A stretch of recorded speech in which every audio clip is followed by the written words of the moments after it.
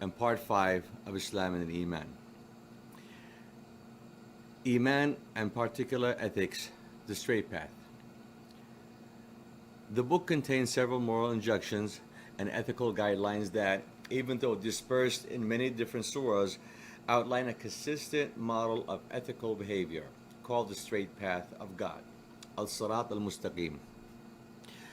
The most important injunction are the terms of their social impact, the call to spread peace, al-salam, and to speak in a mild manner.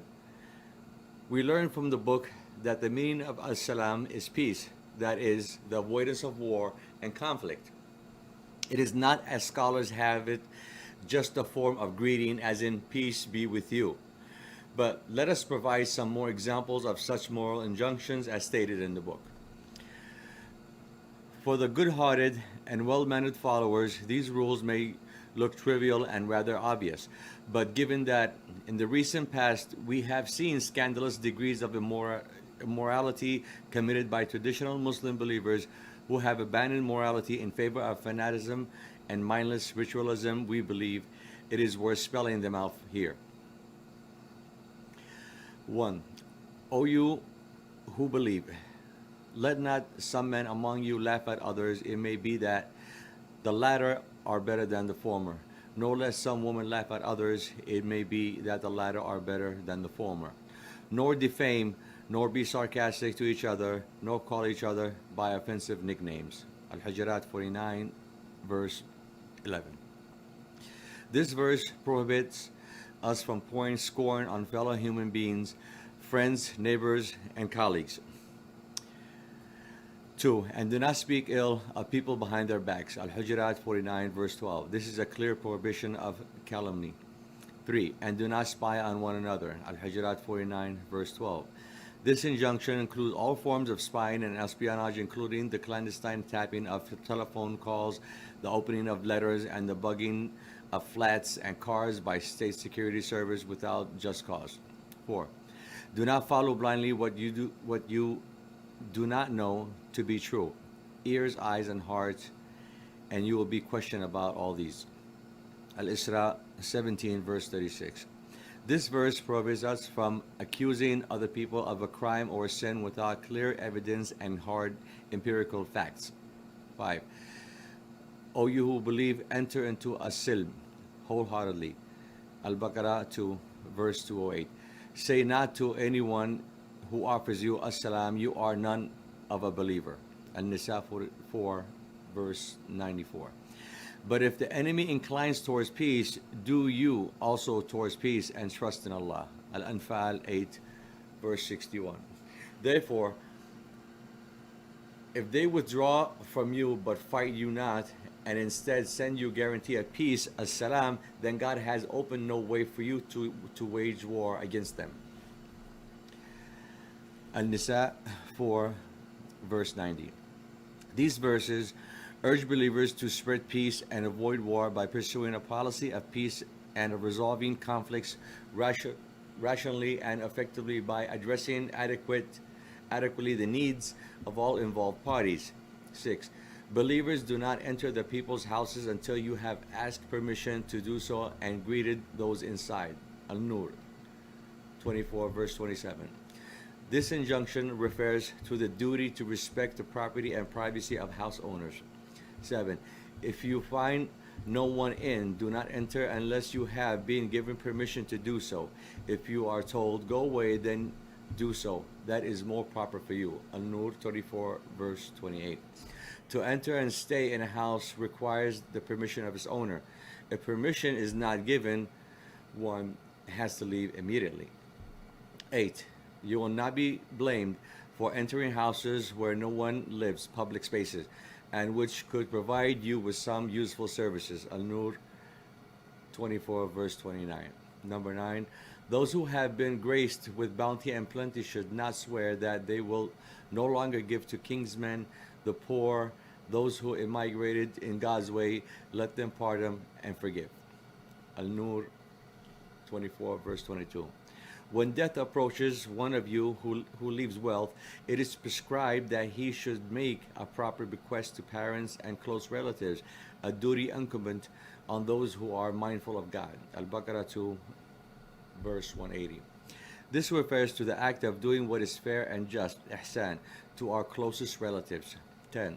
Alms, sadaqat, are for the poor, fuqara, and the handicapped, al-masakeen, al-tawbah 9, verse 60.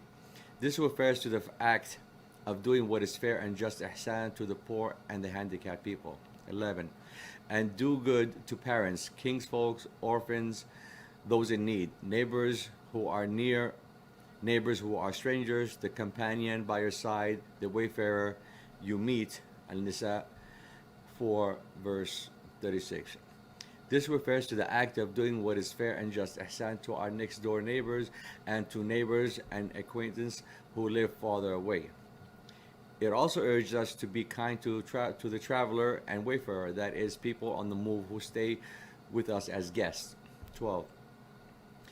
It is righteous to spend of your substance out of love for him, for friends and acquaintances who are not blood related, for orphans, for the handicapped people, the men of the road, who, while on travel, stranded because of mishaps such as robbery or car accidents. Ibn al-Sabil, as Arabic is called. Al-Baqarah 2, verse 177. Alms, sadaqat, are for the poor and the handicapped, and those administer the zakat tax people, those who work as a positive impact on public life, the financially enslaved, and people in debt and imprisoned because of their insolvency, those who sponsor the foundation of universities, schools, hospitals, and travelers in need of help. Al-Tawbah, Surah 9, verse 60. 4. This refers to the act of doing what is fair and just, ihsan, to people in need. 13. Those who, when they spend, are not extravagant and not miser, but hold a just balance between those extremes.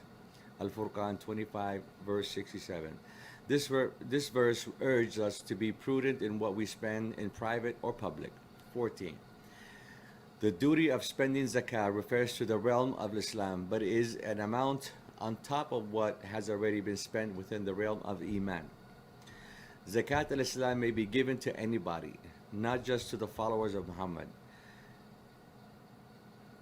In contrast, Zakat al-Iman is given only to the followers of Muhammad. The minimum amount is 2.5% of accumulated profit.